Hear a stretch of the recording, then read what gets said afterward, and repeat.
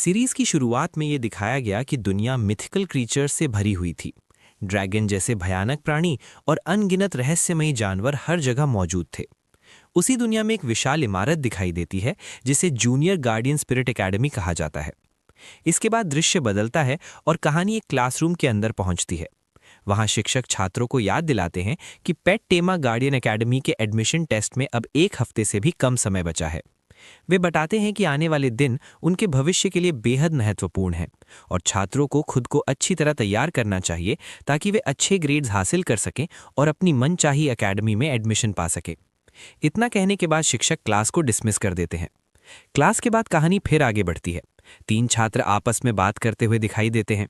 उनमें से एक ये कहता है कि समय कितनी जल्दी निकल गया और 3 साल पलक झपकते ही बीत गए। दूसरा छात्र जवाब देता है कि उनकी मौजूदा ताकत के हिसाब से टॉप 4 सीनियर पेट टेमर गार्डियन एकेडमीज में एडमिशन के बारे में सोचना भी मुश्किल है। वो मानता है कि बड़े सपनों में उलझने के बजाय उन्हें किसी भी तरह किसी गार्डियन स्पिरिट एकेडमी में दाखिला पाने पर ध्यान देना चाहिए। इसके बाद कहानी 2 और छात्रों पर शिफ्ट होती है। उनमें से एक लड़का घमंड भरे लहजे में कहता है कि अगर कोई ऑर्डिनरी गार्डियन स्पिरिट एकेडमी में ज्वाइन करता है तो वो पूरी जिंदगी एक साधारण इंसान ही बना रह जाएगा। उसके पास खड़ी लड़की उसे सहारा देती हुई मुस्कुरा कर कहती है कि उसका लक्ष्य बस किसी सीनियर गार्डियन स्पिरिट एकेडमी में एडमिशन लेना है। वो मानती है कि भले ही वो टॉप 4 एकेडमियों में ना जा पाए, लेकिन अपनी मौजूदा काबिलियत के दम पर किसी अच्छी सीनियर एकेडमी में पहुंच सकती है। इसके बाद कैमरा क्लास की आखिरी बेंच की ओर जाता है जहां मुख्य किरदार MC बैठा हुआ होता है। वो खिड़की से बाहर देखते हुए गहरी सोच में डूबा रहता है। उसके विचारों से पता चलता है कि एडमिशन टेस्ट में अब सिर्फ 1 हफ्ता बचा है और वो सोच रहा है कि इसका उसके ट्रैवलर होने से क्या संबंध है। उसे याद आता है कि कुछ ही हफ्ते पहले वो इस शरीर में आया था और इस शरीर की यादों के जरिए उसे समझ में आया कि ये दुनिया आखिर कैसी है। इसके बाद MC के नैरेशन के जरिए दुनिया की असली सच्चाई सामने आती है। वो बताता है कि इस संसार में मॉन्स्टर्स की संख्या बहुत ज़्यादा है और उनसे बचने के लिए इंसान विशाल दीवारों से घिरे शहरों में रहते हैं। लेकिन सिर्फ दीवारों पर निर्भर रहना काफ़ी नहीं था। मॉन्स्टर्स से लड़ने के लिए इंसानों ने स्पिरिचुअल क्रीचर्स को टेम करना सीख लिया। इसी प्रक्रिया के परिणाम स्वरूप एक नया वर्ग अस्तित्व में आया जिसे स्पिरिट गार्डियन कहा गया। MC आगे समझाता है कि स्पिरिट गार्डियंस अपने स्पिरिचुअल पेट्स के साथ मिलकर मॉन्स्टर्स से लड़ने में सक्षम होते हैं। वे केवल मानव शहरों की रक्षा ही नहीं करते, बल्कि शहरों के बाहर की खतरनाक जमीन को भी इंसानों के लिए सुरक्षित बनाते हैं। अंत में वो ये भी बताता है कि इस दुनिया के हर युवा का सबसे बड़ा सपना एक शक्तिशाली स्पिरिट गार्डियन बनना होता है। जैसे ही कोई व्यक्ति 18 वर्ष की उम्र तक पहुंचता है, उसे एक मॉन्स्टर एग दिया जाता है और वहीं से उसकी असली यात्रा शुरू होती है। MC आगे सोचता है कि उस एग के साथ हर व्यक्ति को एक कॉन्ट्रैक्ट पर साइन करना पड़ता है ताकि वो अपना स्पिरिचुअल पेट प्राप्त कर सके। लेकिन वो मानता है कि अब इसका उससे कोई लेना देना नहीं है, क्योंकि जिस शरीर में वो आया है उसका ओरिजिनल ओनर पहले ही अपना एग हैच कर चुका था। उसकी यादों के अनुसार उस एग से जो मॉन्स्टर निकला था वो बेहद बदसूरत, डरावना और अजीब था। वो ठीक से चल भी नहीं सकता था और केवल एक छोटे झिंगुर की तरह उछलता रहता था। हालांकि MC ये भी स्वीकार करता है कि ज़ॉम्बी टाइप स्पिरिचुअल पेट्स की डिफेंस काफ़ी शानदार मानी जाती है, लेकिन उनका अटैक बेहद कमज़ोर होता है। सबसे महत्वपूर्ण बात ये थी कि ऐसे ज़ॉम्बी स्पिरिचुअल पेट्स कभी भी इवॉल्व नहीं कर सकते। उनकी किस्मत पहले से ही तय मानी जाती है, एक यूजलेस पेट की। MC को ये भी लगता है कि शायद इसी सच्चाई को देखकर इस शरीर का ओरिजिनल ओनर डिप्रेशन में चला गया होगा। वो खुद की तुलना दूसरे ट्रैवलर्स से करता है और सोचता है कि जहां बाकी ट्रैवलर्स के पास या तो कोई चीट होती है या असाधारण ताकत या फिर हेवन से मिली कोई शक्ति होती है जिससे वे धरती और समंदर तक को बांट सकते हैं, वहीं वो खुद को भीड़ में एक अकेला और बेबस व्यक्ति मानता है, मानो ढेर सारे पक्षियों के बीच वो सिर्फ एक मुर्गी हो। इसी बीच जब MC निराशाजनक ख्यालों में डूबा रहता है, उसका दोस्त पीछे से आता है, उसके कंधे पर हाथ रखता है और उसे ज्यादा ना सोचने की सलाह देता है। वो उसे समझाता है कि अगर वो किसी तरह परीक्षा नहीं दे पाया या पास नहीं हो सका तो भी वो एक साधारण ऑफिस वर्कर बन सकता है। दोस्त ये भी जोड़ता है कि इसमें एक फ़ायदा ये होगा कि उसे बाहर जाकर खतरनाक एडवेंचर करने की ज़रूरत नहीं पड़ेगी। MC उसकी बात सुनकर शांत स्वर में जवाब देता है कि उसे दिलासा देने की कोई ज़रूरत नहीं है। वो अपने दोस्त को याद दिलाता है कि वो पहले ही एक विंड वुल्फ हासिल कर चुका है जिसके पास हाई एबिलिटीज़ हैं और जो आगे चलकर इवॉल्व भी कर सकता है। इसके बाद वो अपने ही ज़ॉम्बी पेट की ओर इशारा करते हुए तुलना करता है। लेकिन जैसे ही MC ये बात कहता है, उसी पल उसके सामने एक सिस्टम मैसेज उभर आता है। स्क्रीन पर दिखाया जाता है कि होस्ट का पहला स्पिरिचुअल पेट 100% ग्रोथ रेट के साथ डिटेक्ट हो चुका है और ये गार्डियन स्पिरिट सिस्टम की एक्टिवेशन कंडीशन से मेल खाता है। उसके सामने एक प्रोग्रेस बार दिखाई देता है जो धीरे धीरे 0% से 100% तक भर जाता है। इसके बाद सिस्टम ये घोषणा करता है कि गार्डियन स्पिरिट सिस्टम सफलतापूर्वक एक्टिवेट हो चुका है। ये देखते ही एमसी पूरी तरह स्तब्ध रह जाता है। उसके चेहरे पर गहरा आश्चर्य साफ दिखाई देता है। कुछ ही पल पहले वो खुद को पूरी तरह यूजलेस मान रहा था, लेकिन अब अचानक उसे एहसास होता है कि उसे अपनी चीट्स मिल चुकी हैं। वो मन ही मन सोचता है कि इस नोटिफिकेशन की आवाज़ उसे पहले कभी इतनी खूबसूरत नहीं लगी थी। उसे लगता है कि आखिरकार उसकी किस्मत ने करवट ले ली है। एमसी अंदर ही अंदर बेहद खुश हो जाता है और अपने विचारों में डूबकर बड़बड़ाने लगता है। तभी उसका दोस्त जोर से उसका नाम लेकर पुकारता है। एमसी अपनी सोच से बाहर आता है और देखता है कि उसका दोस्त उसके सामने खड़ा है। उसका चेहरा पकड़कर उसे हिला रहा है और पूछ रहा है कि वो कैसी अजीब अजीब बातें कर रहा है और क्या वो पागल हो गया है। एमसी घबराकर जवाब देता है कि वो बिल्कुल ठीक है और बार बार यही दोहराता है कि उसे कुछ नहीं हुआ। इसके बाद वो अपने दोस्त से उल्टा सवाल करता है कि आखिर उसके साथ क्या हो गया है। दोस्त उसे समझाते हुए कहता है कि वो इस सब को भूल जाए, क्योंकि ये कुछ भी नहीं है। वो उसे सलाह देता है कि जितना हो सके उतनी मेहनत करे और कम से कम किसी low level guardian spirit academy में एडमिशन लेने की कोशिश करे। उसकी बात सुनकर एमसी हल्की हंसी के साथ जवाब देता है और कहता है कि उसे चिंता करने की ज़रूरत नहीं है, लेकिन अंदर ही अंदर वो सोचता है कि अब उसके पास एक सिस्टम है। भले ही उसे अभी तक ये पता नहीं है कि इसका असली उद्देश्य क्या है, फिर भी उसे यकीन है कि कोई भी low level guardian spirit academy उसकी ज़रूरतों को पूरा नहीं कर पाएगी। इसी वजह से वो साफ तौर पर कह देता है कि उसका लक्ष्य किसी साधारण या लो लेवल अकेडमी में जाना नहीं है। तभी पास खड़ा एक और लड़का उनकी बात सुनकर जोर से हंसने लगता है। वो मजाक उड़ाते हुए कहता है कि क्या सबने सुना ये लिंग ने क्या कहा है। वो व्यंग में दोहराता है कि उसका लक्ष्य किसी लो लेवल अकेडमी में जाना नहीं है। उसका नाम लियू होता है। लियू हंसते हुए ताना मारता है कि इस तरह के कचरे जैसे जॉम्बी के साथ क्या वो किसी गार्डियन स्पिरिट अकेडमी में एंटर करने की हिम्मत भी कर सकता है। वो इसे एक मजाक बताकर जोर जोर से हंसने लगता है और उसके साथ उसके चेले चापे भी हंसने लगते हैं। लियू की बातें सुनकर चेन जी को गुस्सा आ जाता है। वो लियू से कहता है कि वो अपने फैमिली के पावर का सहारा लेकर दूसरों को बुली करना बंद करे, लेकिन एमसी उसे शांत रहने के लिए कहता है और सलाह देता है कि वे लियू को इग्नोर करें। वो समझाता है कि फिलहाल उनसे लड़ना सही नहीं होगा, क्योंकि लियू फैमिली तिनहुई सिटी की सेकंड रेट फैमिलीज में से एक है और उनके पेट्रियार्क की ताकत 5वें स्टेज की स्पिरिट गार्डियन से भी ऊपर मानी जाती है। वो ये भी बताता है कि पूरे शहर में सिर्फ 3 फर्स्ट क्लास और 5 सेकंड रेट फैमिलीज हैं, इसलिए लियू फैमिली की ताकत को कमजोर नहीं समझा जा सकता। एमसी चेन जी को समझाता है कि उसे ज्यादा इंपल्सिव नहीं होना चाहिए, क्योंकि एक जेंटलमैन का बदला लेने में 10 साल भी ज्यादा देर नहीं माने जाते। फिलहाल झगड़े में कुछ नहीं रखा है। वो कहता है कि अभी उन्हें बस इंतजार करना चाहिए। वो अपने मन में ठान लेता है कि वो टॉप गार्डियन स्पिरिट अकेडमी में एडमिशन लेकर दिखाएगा और उसके बाद वो लियू को हरा कर देखेगा कि लियू फैमिली तब उसके साथ क्या कर पाती है। इसके बाद एमसी और चेन जी वहां से आगे बढ़ जाते हैं। पीछे से लियू और उसका एक साथी उनकी ओर देखते हुए कहता है कि ये कचरा कितनी हिम्मत कर रहा है इस तरह की बातें करने की। लियू ठंडे स्वर में जवाब देता है कि कचरा हमेशा कचरा रहता है और जिंदगी भर वैसा ही रहेगा। उसका साथी सहमति में सिर हिलाता है और फिर ताना मारते हुए कहता है कि उन्हें पता होना चाहिए कि उनके बड़े भाई जल्द ही top class guardian spirit academy के एडवांस टेस्ट में हिस्सा लेने वाले हैं। उनकी बातें सुनकर चेन जी का गुस्सा और बढ़ जाता है। वो पीछे मुड़कर उन्हें जाते हुए देखता है और गुस्से में मिडिल फिंगर दिखाता है। अगले सीन में दिखाया जाता है कि एमसी और चेन जी अकेडमी से बाहर आ चुके होते हैं।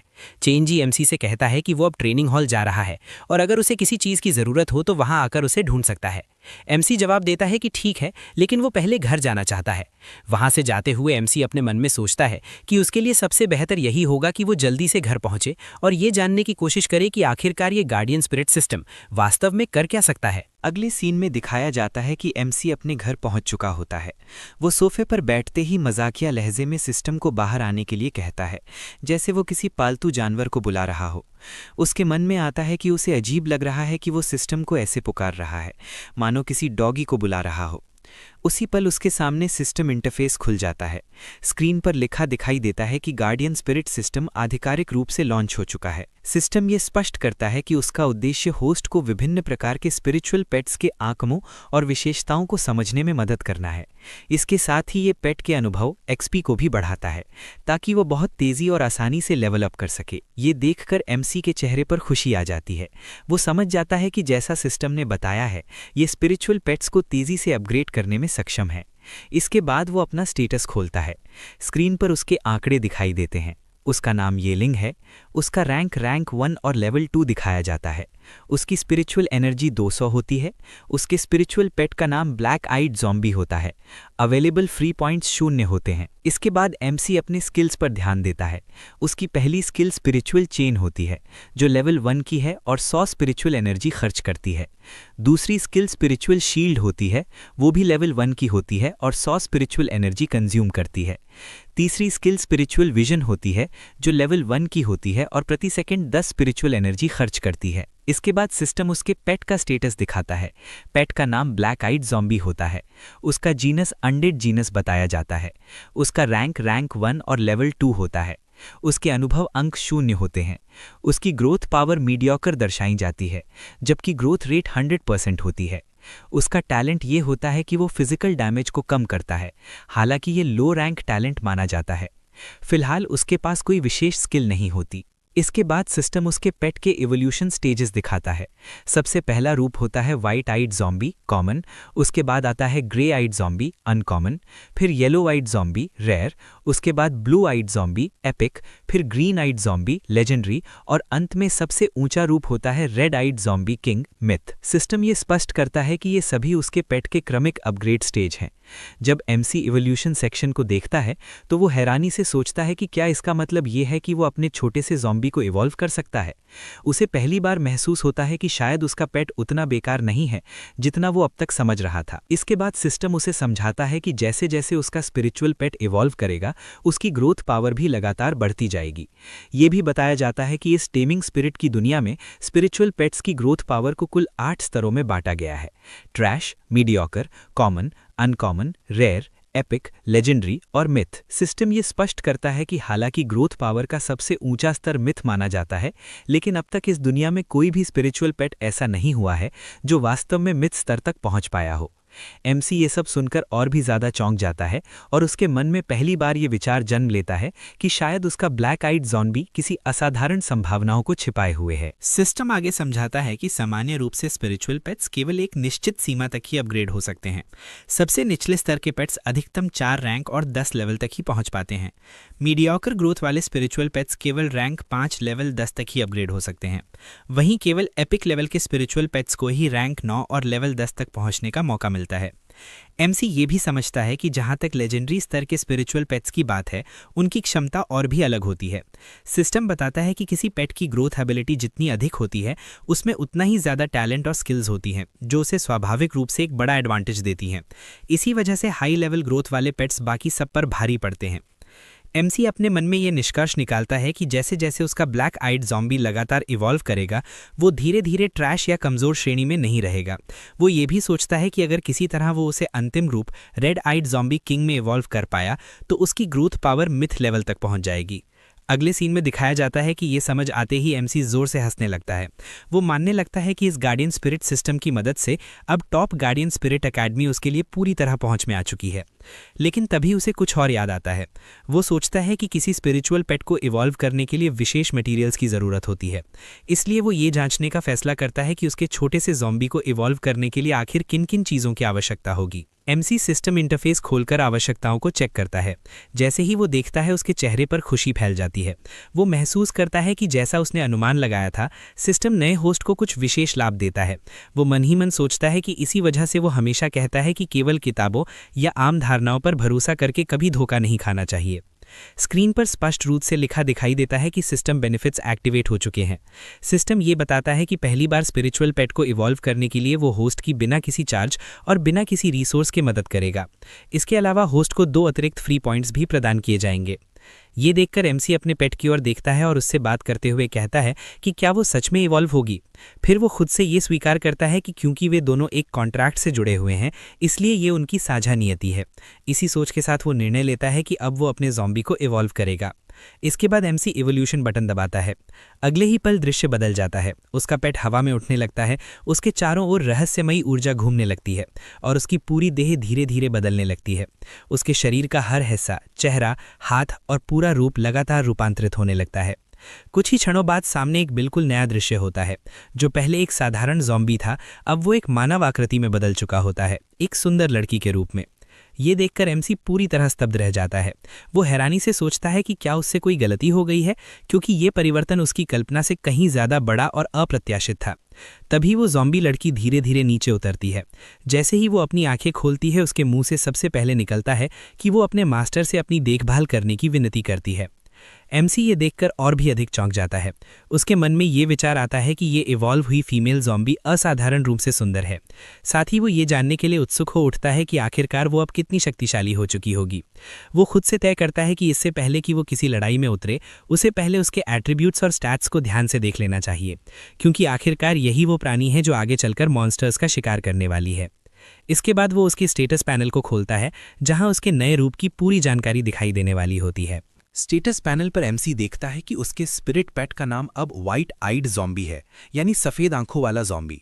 उसका क्लास अनडेड है, रैंक 1, लेवल 2 और एक्सपी अभी 0 है। फिलहाल उसकी ग्रोथ पावर कॉमन दिखाई दे रही है, जबकि ग्रोथ रेट अभी भी 0 पर है। टैलेंट के कॉलम में लिखा होता है कि ये ज़ॉम्बी आने वाले फिजिकल डैमेज को कम कर सकती है। अभी ये लो लेवल का प्रभाव है, लेकिन फिर भी ये एक अहम डिफेंसिव एबिलिटी मानी जाती है। उसकी स्किल का नाम है ब्लड लॉस्ट। ये सब देखकर एमसी बेहद खुश हो जाता है। वो मन ही मन सोचता है कि उसका पेट पहले ट्रैश ग्रोथ से अब कॉमन ग्रोथ तक इवॉल्व हो चुका है, और सबसे बड़ी बात यह है कि उसे एक स्किल भी मिल चुकी है। वो तुरंत स्किल का विवरण पढ़ता है। सिस्टम बताता है कि ब्लड लॉस्ट तब एक्टिव होती है जब ओनर किसी दुश्मन से लड़ते हुए उसे डैमेज पहुंचाता है। ऐसी स्थिति में ओनर की अटैकिंग पावर थोड़ी बढ़ जाती है और साथ ही उसकी खुद की चोटें धीरे धीरे रिकवर होने लगती हैं। ये प्रभाव 3 मिनट तक चलता है और इसका कूल डाउन 5 मिनट का है। एमसी इस जानकारी पर गंभीरता से विचार करता है। वो समझता है कि भले ही इस स्किल में कूल डाउन है, लेकिन ये ना सिर्फ चोटों को हील कर सकती है, बल्कि लंबे समय तक चलने वाली कमबैक पावर भी देती है। उसे ये भी एहसास होता है कि अगर ये ब्लड लॉस्ट स्किल उसकी डैमेज रिडक्शन टैलेंट के साथ मिल जाए तो ये कॉम्बिनेशन बेहद खतरनाक साबित हो सकता है। एक ऐसा फाइटिंग स्टाइल जो उसे हार के किनारे से भी वापस खींच लाए। इसके बाद एमसी सिस्टम से पूछता है कि आखिर इन स्किल्स और टैलेंट्स को अपग्रेड करने के लिए क्या चाहिए। तुरंत सामने 3 पॉपअप विंडो उभर आती हैं। पहले में लिखा होता है फ्री पॉइंट्स। दूसरे में बताया जाता है कि स्किल पॉइंट और टैलेंट पॉइंट जोड़ने के लिए इन्हीं फ्री पॉइंट्स की आवश्यकता होगी। तीसरे पॉपअप में सिस्टम स्पष्ट करता है कि फिलहाल एमसी के पास केवल 2 फ्री पॉइंट्स उपलब्ध हैं। सिस्टम ये भी समझाता है कि ये फ्री पॉइंट्स सिर्फ स्पिरिट पेट की स्किल्स और टैलेंट्स को ही अपग्रेड करने के लिए नहीं होते, बल्कि अगर होस्ट खुद किसी स्किल को सीखकर उसमें महारत हासिल कर ले तो इन्हीं पॉइंट्स से उसे भी अपग्रेड किया जा सकता है। ये सुनकर एमसी और भी उत्साहित हो जाता है। वो सोचता है कि इसका मतलब ये है कि वो सिर्फ अपने पेट को ही नहीं, बल्कि खुद की ताकत को भी सिस्टम के जरिए बढ़ा सकता है। इसके बाद वो स्पिरिचुअल इनवॉइस की दुनिया के बारे में सोचता है। उसे याद आता है कि सामान्य तौर पर स्पिरिचुअल इनवॉइस कुछ विशेष स्पिरिचुअल स्किल्स को सीख सकते हैं, जिन्हें लगातार ट्रेनिंग और मास्टरी के जरिए बेहतर बनाया जाता है। अभी स्कूल में केवल 3 प्रकार की स्पिरिचुअल स्किल्स के बारे में बताया जाता है। पहली स्पिरिचुअल चेन, दूसरी स्पिरिचुअल शील्ड और तीसरी स्पिरिचुअल विजन। लेकिन एमसी जानता है कि इन स्किल्स को अपग्रेड करना आसान नहीं होता। इसके लिए भारी मात्रा में कल्टीवेशन की ज़रूरत होती है। वो ये भी समझता है कि उसकी मौजूदा स्पिरिचुअल पावर बेहद कम है, और अगर वो अभी इन स्किल्स को अपग्रेड करने की कोशिश करेगा तो उसकी ऊर्जा बहुत ज़्यादा कंज्यूम हो जाएगी। इस समय ये निवेश उसे वर्थ नहीं लगता। इसीलिए वो एक स्पष्ट निर्णय पर पहुंचता है। फिलहाल वो अपने पॉइंट्स खुद पर खर्च नहीं करेगा, बल्कि अपने स्पिरिट पेट यानी व्हाइट आइड ज़ॉम्बी को और मजबूत बनाएगा। एमसी अपने बचे हुए फ्री पॉइंट्स ज़ॉम्बी में ऐड कर देता है। इसके तुरंत बाद उसे 3 नई एबिलिटीज़ मिलने लगती हैं। पहली एबिलिटी होती है magic damage reduction low level, जो जादुई हमलों से मिलने वाले नुकसान को हल्के रूप में कम करती है। एमसी सिस्टम में दिखाई गई 3 नई स्किल्स को ध्यान से पढ़ता है। पहली थी मैजिक डैमेज रिडक्शन, जो जादुई हमलों से मिलने वाले नुकसान को कम करती है। दूसरी थी हाई स्पीड रीजेनरेशन, जो लगातार हेल्थ को तेजी से रिकवर करती है। और तीसरी थी बर्जरकर, एक ऐसी स्किल जो यूजर की हेल्थ को धीरे धीरे कंज्यूम करती है, लेकिन बदले में उसकी स्ट्रेंथ और स्पीड को जबरदस्त तरीके से बढ़ा देती है। जैसे ही हेल्थ एक निश्चित सीमा से नीचे गिरती है, ये स्किल अपने आप बंद हो जाती है। इन तीनों स्किल्स को पढ़कर एमसी मन ही मन सोचता है कि ये सब बेहद ताकतवर एबिलिटीज हैं, लेकिन उसके दिमाग में एक बात साफ थी। अगर ये सच में एक ज़ॉम्बी है तो इसे ज़ॉम्बी की तरह ही लड़ना चाहिए। और ज़ॉम्बी का सबसे बड़ा फायदा, जब तक वो पूरी तरह न मरे तब तक वो बार बार उठ सकता है। इसीलिए एमसी तय करता है कि हाई स्पीड रीजेनरेशन उसके लिए सबसे ज़रूरी है। वो इस स्किल को तुरंत ऐड कर देता है। अगले ही पल वो देखता है कि ज़ॉम्बी के शरीर के भीतर हल्की चमक फैलने लगती है। एमसी समझ जाता है कि अब जब तक उसका स्पिरिचुअल पेट पूरी तरह नष्ट नहीं होगा, तब तक उसकी बॉडी लगातार खुद को हील करती रहेगी। उसे ये लगभग अविश्वसनीय लगता है। वो सोचता है कि आखिरकार स्पिरिचुअल पेट भी तो एक क्रीचर ही होते हैं। वे भी बुरी तरह घायल हो सकते हैं। अगर किसी लड़ाई के दौरान इसे कोई गंभीर चोट लग गई और ये समय पर रिकवर नहीं कर पाई तो हालात बहुत खतरनाक हो सकते हैं। ऐसे में हाई स्पीड रीजेनरेशन जैसी एबिलिटी होना किसी वरदान से कम नहीं। इसके बाद एमसी की नज़र बर्जरकर स्किल पर जाती है। वो इसके प्रभावों को मन ही मन एनालाइज करता है। बर्जरकर एक्टिव होने पर हेल्थ धीरे धीरे घटेगी, लेकिन बदले में स्ट्रेंथ और स्पीड ज़बरदस्त तरीके से बढ़ेंगी। और अगर इस स्किल को ब्लड लॉस्ट के साथ कॉम्बाइन किया जाए तो जैसे ही वो दुश्मन पर हमला करेगी, उसकी हेल्थ फिर से रिकवर होने लगेगी। एमसी समझ जाता है कि ये एक खतरनाक साइकिल बना सकता है। हेल्थ घटेगी, ताकत और रफ्तार बढ़ेगी, दुश्मन को ज्यादा डैमेज, ब्लड लॉस्ट से फिर से हेल्थ रिकवर और फिर दोबारा वही प्रक्रिया। उसके दिमाग में एक ही शब्द गूंजता है, भयावह। अंततः वो फैसला करता है। वो कहता है कि ठीक है, अब बर्जरकर स्किल भी ऐड की जाएगी। कुछ ही देर में दोनों स्किल्स उसकी स्पिरिचुअल पेट के साथ सिंक हो जाती हैं। इसके बाद एमसी अपनी ज़ॉम्बी की ओर देखता है और मुस्कुराते हुए सोचता है कि अब उसे ब्लैक आइड ज़ॉम्बी कहना सही नहीं होगा, क्योंकि वो अब वाइट आइड ज़ॉम्बी में इवॉल्व हो चुकी है। वो अनजाने में उसका हाथ छू लेता है और महसूस करता है कि उसकी स्किन अब पहले जैसी सख्त और बेजान नहीं रही। वो हैरान होकर सोचता है कि उसकी त्वचा तो किसी आम इंसान जैसी नरम और गर्म लग रही है। एमसी को ऐसा करता देख ज़ॉम्बी हल्का सा शर्माती है और धीमी आवाज में पूछती है कि मास्टर, आप क्या कर रहे हैं? ये सुनकर एमसी पूरी तरह चौंक जाता है। वो घबराते हुए तुरंत हाथ पीछे खींच लेता है और कहता है कि उसे माफ करना। उसे ये एहसास ही नहीं था कि वो अब बोल भी सकती है। वो ये भी मानता है कि उसे बार बार ज़ॉम्बी कहना अब अजीब और असहज लग रहा है। कुछ पल सोचने के बाद वो कहता है कि क्यों ना उसे एक नाम दिया जाए। वो मुस्कुराकर कहता है, जायू। उसे ये नाम सुनने में अच्छा लगता है। जायो कोई ज्यादा प्रतिक्रिया नहीं देती, बस हल्के से सिर हिला देती है। एमसी समझ जाता है कि उसने नाम स्वीकार कर लिया है। वो तय करता है कि आज से उसका स्पिरिचुअल पेट जायू कहलाएगा। इसके बाद एमसी जायू का स्टेटस दोबारा खोलता है। वहां वो देखता है कि अब तक कुल 4 स्किल्स और टैलेंट्स एक्टिव हो चुके हैं। 2 पहले से मौजूद थे और 2 उसने अभी ऐड किए हैं।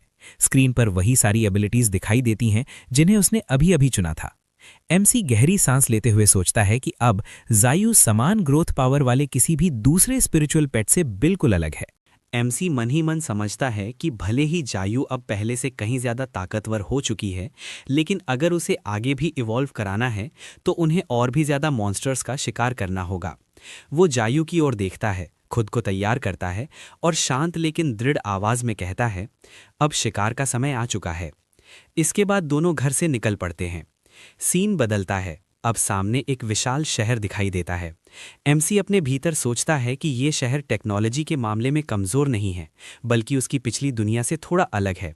यहाँ कारें, एयरशिप और बाकी सभी वाहन न तो गैसोलीन से चलते हैं और न ही इलेक्ट्रिसिटी से, बल्कि स्पिरिचुअल एनर्जी से। यही स्पिरिचुअल पावर यहाँ हर मशीन की ड्राइविंग फोर्स है। इस शहर की खास बात यह है कि कारें और एयरशिप केवल शहर की सीमाओं के अंदर ही सुरक्षित रूप से चल सकती हैं। शहर के बाहर कई ऐसे इलाके हैं जहां मॉन्स्टर्स खुलेआम घूमते हैं। वहां गाड़ी चलाना लगभग आत्महत्या करने जैसा है। शहर के भीतर आने जाने के लिए सबसे आम साधन अब भी स्टील कारें ही हैं।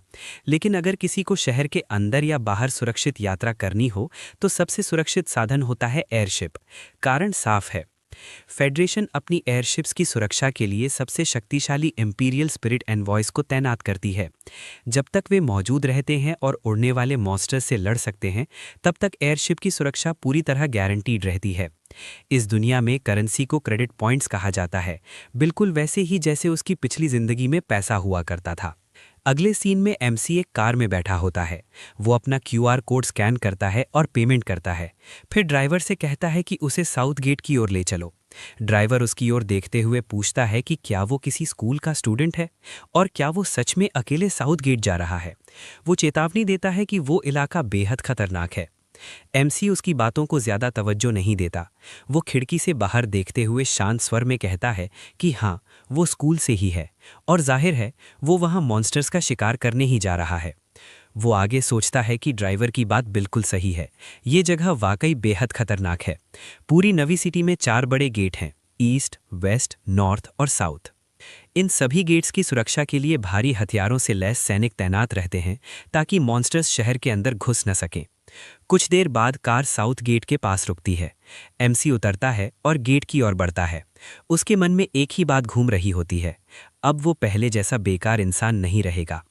जैसे ही वो अंदर जाने लगता है, गेट पर तैनात गार्ड उसे रोकता है और कहता है कि वो अपना आईडी कार्ड दिखाए।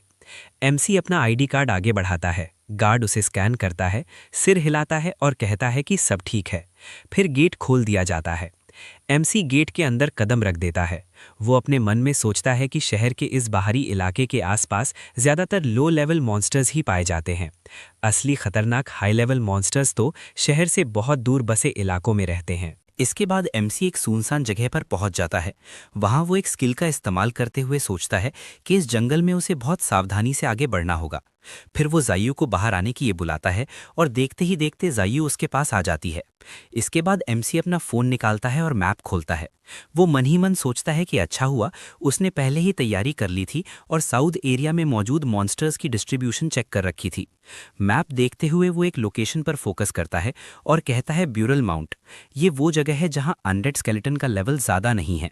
साथ ही यहाँ ऐसे मॉन्स्टर्स पाए जाते हैं जिनसे एवोल्यूशन के लिए ज़रूरी मटीरियल्स कलेक्ट किए जा सकते हैं। ये सब देखकर एमसी काफ़ी खुश हो जाता है और जायू से कहता है कि यही वो जगह है जहां उन्हें जाना चाहिए। आगे बढ़ते हुए वो सोचता है कि फास्ट एवोल्यूशन तो सिस्टम ने उसे मुफ्त में दे दिया था, लेकिन बाकी एवोल्यूशन के लिए उसे खुद ही मटीरियल्स इकट्ठा करने होंगे। इसके बाद वो अपना स्टेटस ओपन करता है और देखता है कि जायू को ग्रे आंखों वाले ज़ॉम्बी में इवॉल्व करने के लिए जिन चीज़ों की ज़रूरत है उनमें से कुछ आइटम इसी एरिया में मिलने के अच्छे चांस हैं। वो ये भी नोट करता है कि यहाँ चारों तरफ अनडेड मौजूद हैं। ये समझकर वो खुद से कहता है कि यही सही जगह है जहाँ वे हंट कर सकते हैं। हालांकि चारों ओर देखने के बावजूद उसे तुरंत कोई दुश्मन नजर नहीं आता। वो हैरान होकर सोचता है कि उसने मैप में साफ देखा था कि ब्यूरल माउंटेन के आसपास स्केलेटन सोल्जर्स मौजूद हैं जिनकी ताकत लगभग रैंक 1 और लेवल 3 के आसपास होती है। वो अभी यही सोच ही रहा होता है कि अचानक कोई उसके पैर को पकड़ लेता है। घबराकर वो नीचे देखता है तो पाता है कि जमीन से कई स्केलेटन बाहर निकल आए हैं और उसके पैर जकड़ चुके हैं। ये देखकर वो चौंक जाता है और तुरंत जायू को आदेश देता है कि वो सभी स्केलेटन को खत्म कर दे। उसी समय उसके सामने एक पॉपअप दिखाई देता है। वो देखता है कि उसे एक मिशन मिला है। हैरानी से वो मिशन पढ़ता है जिसमें लिखा होता है कि ये उसकी पहली लड़ाई है और उसे 20 स्केलेटन सोल्जर्स को मारना होगा। मिशन पूरा करने पर उसे 50% एक्सपी मिलने वाली थी। ये देखकर वो चौंक जाता है और मन ही मन कहता है कि रिवॉर्ड बेहद ज़्यादा है। इसके बाद वो जोर से जायू को हमला करने का आदेश देता है। जायू अपने हाथ में एनर्जी इकट्ठा करती है जिसे वो पंजे के आकार में बदल लेती है। वो बेहद खतरनाक दिखाई देती है और सीधे स्केलेटन पर टूट पड़ती है। एमसी ये सब देखकर पूरी तरह हैरान रह जाता है क्योंकि जायू एक ही पल में 4 स्केलेटन को खत्म कर देती है। इसके तुरंत बाद एमसी को लगातार 4 बार वही नोटिफिकेशन मिलता है कि उसकी स्पिरिट पेट जायू ने सफलतापूर्वक स्केलेटन सोल्जर्स को एलिमिनेट कर दिया है। ये देखकर वो बेहद खुश हो जाता है और सोचता है कि जायू कितनी ज़्यादा स्ट्रांग है। उसे एहसास होता है कि वो बेवजह हिचकिचा रहा था। अब उसके मन में कोई शक नहीं बचता। वो जान चुका था कि जायू के साथ ये लड़ाई उसके लिए एक नया मोड़ साबित होने वाली है। एमसी आदेश देता है कि सभी दुश्मनों को कुचल दिया जाए। तभी वे देखते हैं कि और भी ज्यादा स्केलेटन सोल्जर्स तलवारें पकड़े उनकी ओर बढ़ रहे हैं। एमसी बिना हिचक के जायू से कहता है कि वो एक भी दुश्मन को जिंदा न छोड़े और सबको पूरी तरह नष्ट कर दे। स्केलेटन गुस्से से चीखते हुए आगे बढ़ते हैं और हमला करने की कोशिश करते हैं। उसी पल जायू सीधा छलांग लगाकर उनके ऊपर टूट पड़ती है। नीचे खड़े स्केलेटन उसे ऊपर से आते हुए देखते रह जाते हैं। जायू को लड़ते हुए देखकर एमसी मन ही मन उसकी ताकत का विश्लेषण करता है। वो सोचता है कि जायू के नाखूनों में लाशों का जहर मौजूद है और जब तक वो अपने दुश्मनों को लगातार खरोचती रहेगी वो जहर उनके शरीर में फैलता रहेगा। हालांकि स्केलेटन टाइप मॉन्स्टर्स आमतौर पर ऐसे नेगेटिव इफेक्ट से काफ़ी हद तक इम्यून होते हैं, इसलिए उन पर इसका असर सीमित ही रहेगा। फिर भी ये स्केलेटन ग्रुप मुश्किल से रैंक 1 और लेवल 2 या 3 तक पहुंचा था और ताकत के मामले में वे जायू से कहीं पीछे थे। एमसी को लगातार सिस्टम नोटिफिकेशन मिलने लगते हैं कि उसकी स्पिरिट पेट ने दुश्मनों को हराना शुरू कर दिया है। मिशन में कुल 20 स्केलेटन को मारना था और जायू पहले ही 6 को खत्म कर चुकी होती है। ये देखकर एमसी समझ जाता है कि इस रफ्तार से उनका मिशन बहुत जल्दी पूरा हो जाएगा। वो उत्साह में जायू की तारीफ करता है और उसकी परफॉर्मेंस को शानदार बताता है। इसी दौरान जमीन से और भी ज्यादा स्केलेटन निकलने लगते हैं। वे गुस्से में चिल्लाते हुए एमसी और जायू की ओर दौड़ पड़ते हैं। जायू भी पूरी तरह तैयार हो जाती है। अगले ही सीन में वो दौड़ती हुई दुश्मनों के बीच पहुंचती है और एक ही झटके में पूरे झुंड को ढेर कर देती है। तुरंत एमसी को सिस्टम से मैसेज मिलता है कि उसका मिशन पूरा हो चुका है और जायू को 50% एक्सपी मिल चुकी है। ये देखकर एमसी बेहद खुश हो जाता है। वो कहता है कि मिशन की एक्सपी के साथ साथ उन्हें लड़ाई से मिली अतिरिक्त एक्सपी भी मिल गई है। वो उत्साहित होकर जायू से कहता है कि अब वे लेवल अप करने ही वाले हैं। जायू का लेवल बढ़ना शुरू हो जाता है। एमसी अपना स्टेटस खोलकर देखता है कि जायू का लेवल सच में 1 बढ़ चुका है। ये उसके लिए पूरी तरह अप्रत्याशित सरप्राइज होता है। साथ ही उसे रिवॉर्ड में एक फ्री पॉइंट भी मिलता है। सिस्टम मैसेज में लिखा होता है, कॉन्ग्रेचुलेशंस, होस्ट की स्पिरिट पेट जायू सफलतापूर्वक लेवल अप हो चुकी है। नया status rank 1 level 3, reward 1 free point. ये देखकर एमसी सोचता है कि अब सबसे ज्यादा जरूरी है जायू को जल्दी से और मजबूत बनाना। वो तय करता है कि ये फ्री पॉइंट वो फिलहाल जायू पर ही खर्च करेगा। उसकी अटैक पावर पहले से ही काफ़ी है, इसलिए वो ज़्यादा फोकस उसकी मैजिक रेजिस्टेंस बढ़ाने पर करेगा ताकि वो मैजिक यूज़ करने वाले दुश्मनों के सामने टिक सके और उनके हमलों का सामना कर सके। इसी फैसले के साथ वो जायू की मैजिक डैमेज रिडक्शन को बढ़ा देता है। इसके बाद एमसी जायू से कहता है कि मैप के अनुसार आसपास ही कहीं एक एलीट स्केलेटन सोल्जर मौजूद है। वो सुझाव देता है कि अब वे उसे ढूंढने चलें। उसकी बात सुनकर जॉय ने उसे हल्की सी मुस्कान दी और फिर वे लोग वहां से आगे बढ़ने लगे। तभी अचानक उन्हें किसी के चीखने चिल्लाने जैसी आवाज सुनाई दी। जैसे ही उन्होंने पीछे मुड़कर देखा, सामने एक लड़की खड़ी थी और उसके सामने एक स्केलेटन सोल्जर दिखाई दे रहा था। एमसी ने उसे देखते ही सोचा कि ये तो सिर्फ एक स्केलेटन सोल्जर है, लेकिन अगले ही पल उसे एहसास हुआ कि ये कोई साधारण दुश्मन नहीं था। उस स्केलेटन के शरीर पर आर्मर था और उसके चारों ओर पल पल बदलती रंगीन रोशनी चमक रही थी। वो पागलों की तरह उस लड़की की ओर दौड़ रहा था, जैसे उसे मार ही डालना चाहता हो। हैरानी की बात यह थी कि वो लड़की बिल्कुल भी नहीं डरी। वो वहीं खड़ी रही, जरा भी नहीं हिली। एमसी उसे ध्यान से देखने लगा और तभी उसे याद आया, ये तो यूरी थी। वो सोचने लगा कि यूरी उससे भी आगे निकल चुकी थी। अगले ही सीन में स्केलेटन पूरी रफ्तार से यूरी की ओर बढ़ता दिखा, लेकिन यूरी अब भी बिना हिले खड़ी रही। एमसी दूर से सब कुछ देख रहा था। उसके मन में सवाल उठा कि उसका स्पिरिट पेट आखिर कहाँ है? क्या वो सच में अकेले ही इस दुश्मन को हराने की योजना बना रही है? फिर उसे समझ आ गया कि यूरी यहाँ से हटने वाली नहीं है। वो थोड़ा घबरा गया और मन ही मन बोला कि ये स्थिति गंभीर हो सकती है। उसी समय यूरी ने शांत स्वर में अपने स्पिरिट पेट को बुलाया। उसने अपने अर्थ ड्रैगन को समन किया। अचानक यूरी के पीछे एक विशाल आकृति प्रकट हुई। उसका अर्थ ड्रैगन सामने आया, बेहद विशाल, सुनहरे रंग का और शक्ति से भरा हुआ। इसके बाद दर्शाया गया कि अर्थ ड्रैगन की एक दुर्लभ सब स्पीशीज है, जिसकी ग्रोथ रेट बहुत ही रेयर होती है और जिसके बेस स्टैट्स बाकी सभी स्पिरिट पेट से कहीं अधिक होते हैं। यूरी ने अपने ड्रैगन से कहा कि यहाँ खेलना बंद करे और जाकर दुश्मन को खत्म कर दे। ड्रैगन तुरंत तैयार हो गया। वो गुस्से से स्केलेटन की ओर देखने लगा, जबकि स्केलेटन इतने विशाल ड्रैगन को देखकर कुछ पल के लिए वही ठिठक गया। अगले ही क्षण ड्रैगन ने जबरदस्त हमला किया।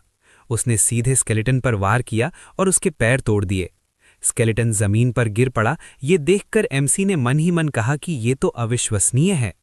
ड्रैगन रुका नहीं, वो तेजी से आगे बढ़ा। स्केलेटन घिसटता हुआ पीछे हटने की कोशिश कर रहा था, लेकिन उसके टूटे पैरों के कारण वो बच नहीं पाया। ड्रैगन ने अपने भारी पैर से उस पर हमला किया। स्केलेटन को कुछ समझने का मौका तक नहीं मिला। अगले ही पल ड्रैगन ने अपने पंजों से अंतिम वार किया और धूल के गुबार में वो पूरी तरह गायब हो गया। जब धूल बैठी तो वहां सिर्फ उसका खत्म हो चुका शरीर रह गया। उसके भीतर से एक बैंगनी सी ऊर्जा निकली। यूरी ने तुरंत एक विशेष शीशी निकाली और उस ऊर्जा को इकट्ठा करने लगी। एमसी ये सब देखकर सोचने लगा कि ये तो सोल फायर है, स्केलेटन क्लास के मॉन्स्टर का कोर। वो हैरान था कि यूरी ने पहले से ही सोल फायर इकट्ठा करने के लिए सोल बॉटल तक खरीद रखी थी। तब उसे एहसास हुआ कि ये लड़की साधारण नहीं है। वो जिस परिवार से आती है वो नई सिटी की 3 मेजर फैमिलीज में से एक है। इसके बाद कहानी फिर से यूरी पर फोकस करती है। यूरी अपने अर्थ ड्रैगन को सहलाते हुए उसकी तारीफ करती रही और मन ही मन उसकी बहादुरी की सराहना करती रही। फिर अचानक उसने अपनी नज़र एमसी की ओर घुमाई और शांत लेकिन आत्मविश्वास भरे स्वर में उससे बाहर आने को कहा। उसने इशारे से बताया कि वहां छुपे रहने का कोई मतलब नहीं है। ये सुनकर एमसी को एहसास हो गया कि वो पकड़ा जा चुका है। उसके मन में तुरंत यूरी की पहचान उभर आई। वो याइलिंग फैमिली की सबसे बड़ी बेटी थी, वही मशहूर फैमिली जिसे स्कूल में सब जानते थे। इतनी कम उम्र में ही वो फर्स्ट रैंक के 7th लेवल तक पहुंच चुकी थी, जबकि वो खुद आधे साल से ज़्यादा समय लगाने के बाद भी सिर्फ 2nd लेवल पर ही था। ये तुलना उसके दिल में कहीं चुभ गई। कुछ पल बाद वो अपने छुपने की जगह से बाहर आया। यूरी ने उससे सीधा सवाल किया कि वो आखिर वहाँ क्यों छुपा हुआ था और असल में वो कौन है। एमसी ने थोड़ा संभलते हुए कहा कि अगर वो ये कहे कि वो बस वहाँ से गुजर रहा था तो क्या वो उस पर भरोसा करेगी। यूरी ने उसे ध्यान से देखा और फिर पहचानते हुए कहा कि वो याइलिंग ही है। एमसी को थोड़ी हैरानी हुई कि वो उसे जानती है। यूरी ने समझाया कि उसने स्कूल में उसके बारे में सुना था। वो वही लड़का था जिसने सबसे पहले एक स्पिरिट पेट से कॉन्ट्रैक्ट किया था, जो ज़ॉम्बी टाइप का था और जो इवॉल्व भी नहीं कर सकता था। ये सुनकर एमसी चुपचाप खड़ा रहा, उसके पास कहने को कुछ नहीं था। इसके बाद यूरी ने पूछा कि वो इतनी खतरनाक जगह ब्यूरियल माउंटेन में आखिर कर क्या रहा है। ये सवाल एमसी को चुभ गया। उसने थोड़े गुस्से में जवाब दिया कि वो कहाँ जाना चाहता है ये उसका अपना मामला है और इसकी चिंता करना उसका काम नहीं है। उसके इस लहजे को देखकर ड्रैगन ने गुस्से से उसकी ओर देखा। पहले तो दोनों समझ नहीं पाए कि ड्रैगन इतना नाराज क्यों हो रहा है, लेकिन तभी ड्रैगन ने जोर से दहाड़ लगाई। एमसी घबरा गया और पीछे हट गया। ये दृश्य देखकर यूरी जोर से हंस पड़ी, इतनी कि उसकी आंखों से आंसू निकल आए। हंसते हंसते उसने ड्रैगन से कहा कि वो एमसी को डराना बंद करे। एमसी अब भी सीना पकड़कर हाँफ रहा था। यूरी अपने ड्रैगन को शांत करती हुई उसे वापस बुलाने लगी। फिर उसने एमसी को नाम से पुकारा। जब एमसी ने उसकी ओर देखा तो यूरी ने गंभीर स्वर में कहा कि वो बस उसे याद दिलाना चाहती है कि ये जगह बेहद खतरनाक है और ये वो जगह नहीं है जहां उसे आना चाहिए। उसने उसे सलाह दी कि जितनी जल्दी हो सके वहां से चला जाए, लेकिन एमसी ने तेज आवाज में मना कर दिया। उसने पलटकर कहा कि उसे किसी की चिंता की जरूरत नहीं है, वो खुद अपना ख्याल रखने में सक्षम है। मन ही मन वो ये भी सोच रहा था कि आखिर वो खुद को समझती क्या है। इसके बाद वो वहां से जाने लगा। चलते चलते उसने यूरी से कहा कि अगर यहाँ और कुछ करने को नहीं है तो वो निकल रहा है।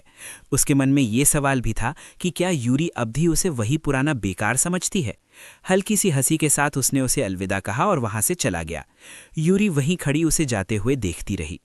उसके जाने के बाद वो मन ही मन सोचने लगी कि वो तो बस उसे एक इशारा देना चाहती थी, लेकिन उसने उसकी बात की कद्र तक नहीं की। फिर उसने खुद से कहा कि अब देखना होगा कि आखिर ऐसा जिद्दी लड़का ब्यूरियल माउंटेन में करने के आया है। इसके बाद उसने अपने ड्रैगन को पूरी तरह वापस बुला लिया। उसके मन में एक और बात घूम रही थी। 3rd ग्रेड में बहुत ही कम लोग होते हैं जिनमें अकेले ब्यूरियल माउंटेन आने की हिम्मत होती है, और ये लड़का तो सबसे निचले ग्रेड में आता है, फिर भी ये यहाँ तक आ गया था। इसके बाद यूरी गुस्से में मन ही मन तय करती है कि वो ये जरूर देखेगी कि वो लड़का वहां आखिर कर क्या रहा है। अगले सीन में दिखाया जाता है कि वो चुपचाप एमसी का पीछा करने लगती है। कुछ ही देर में एमसी को एहसास हो जाता है कि यूरी उसका पीछा कर रही है। वो मन में सोचता है कि आखिर ये लड़की चाहती क्या है। फिर खुद से कहता है कि उसे उसकी परवाह नहीं करनी चाहिए, वो जो चाहे करे, उससे उसे कोई मतलब नहीं होना चाहिए। उसके लिए इस समय सबसे ज़रूरी बात ये थी कि उसे अपना रैंक बढ़ाना है। वो इन्हीं बातों में डूबा हुआ था कि अचानक किसी ने उसके पैर को पकड़ लिया। नीचे देखने पर उसे पता चलता है कि एक स्केलेटन ने उसका पैर जकड़ रखा है। अगले ही पल वो देखता है कि जमीन से चारों ओर बहुत सारे स्केलेटन एक साथ बाहर निकल रहे हैं। उसे झटका लगता है और वो सोचता है कि क्या ये कोई ट्रैप है। चारों तरफ से एक ही बार में दुश्मन निकल रहे थे। दूर से ये सब देखकर यूरी भी चौंक जाती है। वो तुरंत पहचान लेती है कि वहाँ 3 स्केलेटन ऑफिसर हैं और उनके साथ एक बहुत बड़ा स्केलेटन सोल्जर ग्रुप भी मौजूद है। मन ही मन वो सोचती है कि ये लड़का बेहद खतरनाक स्थिति में फंस चुका है। तभी एक स्केलेटन जोर से चीखता है और दौड़कर एमसी पर हमला कर देता है। उसी पल एमसी पीछे हटते हुए जोर से पुकारता है और अपने स्पिरिट पेट को बुलाता है। अगले ही क्षण वहां जाई का समन शुरू होता है और कुछ ही सेकंड में वो पूरी तरह प्रकट हो जाती है। जाई को देखकर यूरी पूरी तरह हैरान रह जाती है। वो सोचती है कि ये तो एक ज़ॉम्बी है, लेकिन इतनी सुंदर कैसे हो सकती है। फिर जब वो गौर करती है तो उसे एहसास होता है कि ये ज़ॉम्बी पेट इवॉल्व हो चुका है। उसके मन में सवाल उठता है कि क्या किसी स्पिरिचुअल पेट का इवॉल्व होना सच में संभव है। इसके बाद एमसी जाई को आदेश देता है कि आगे बढ़कर हमला करे। जाई तुरंत चमकती हुई स्केलेटन की ओर झपटती है। स्केलेटन भी गुस्से में जोर जोर से चिल्लाता है। जैसे ही जाई उस पर वार करती है, वो अपने शील्ड से उसका हमला रोक लेता है, लेकिन जाई फुर्ती से उछलकर उसकी आंखों से ओझल हो जाती है और सीधे उसकी पीठ के पीछे पहुंच जाती है। ये देखकर स्केलेटन घबरा जाता है। अगले ही पल जाई अपने नुकीले नाखूनों से उसके सिर पर वार करती है। अगले सीन में दिखाया जाता है कि स्केलेटन की खोपड़ी पूरी तरह चकनाचूर हो चुकी होती है। जाई की ताकत देखकर यूरी भी सन्न रह जाती है। वो मन ही मन सोचती है कि अगर इसे सिर्फ एक ज़ॉम्बी माना जाए तो ये कहीं ज़्यादा ही स्ट्रांग नहीं है क्या। तभी एमसी शांत लेकिन आत्मविश्वास भरे स्वर में कहता है कि ये तो सिर्फ शुरुआत है, असली शो अभी बाकी है। उसी समय उसके सामने कुछ सिस्टम मैसेज दिखाई देते हैं। वो उन्हें ध्यान से पढ़ता है। पहले मैसेज में लिखा होता है कि उसे एक टास्क मिला है, उसे 20 स्केलेटन सोल्जर को मारना है। यदि वो ये टास्क पूरा कर लेता है तो उसकी स्पिरिचुअल पेट की करंट एक्सपी का 50% उसे मिलेगा और साथ ही उसे एक आउटफिट भी प्राप्त होगा। इसके बाद उसे एक दूसरा टास्क भी मिलता है जिसमें लिखा होता है कि उसे 100 स्केलेटन ऑफिसर को मारना है। अभी तक उसने 0 को मारा है, लेकिन अगर वो इस टास्क को पूरा कर लेता है तो उसकी स्पिरिचुअल पेट का लेवल तुरंत बढ़ जाएगा। इन दोनों टास्क को देखकर एमसी बेहद खुश हो जाता है। वो मन ही मन सोचता है कि 2 टास्क एक साथ मिल गए हैं, इनाम में एक आउटफिट भी मिलेगा और लेवल भी बढ़ेगा।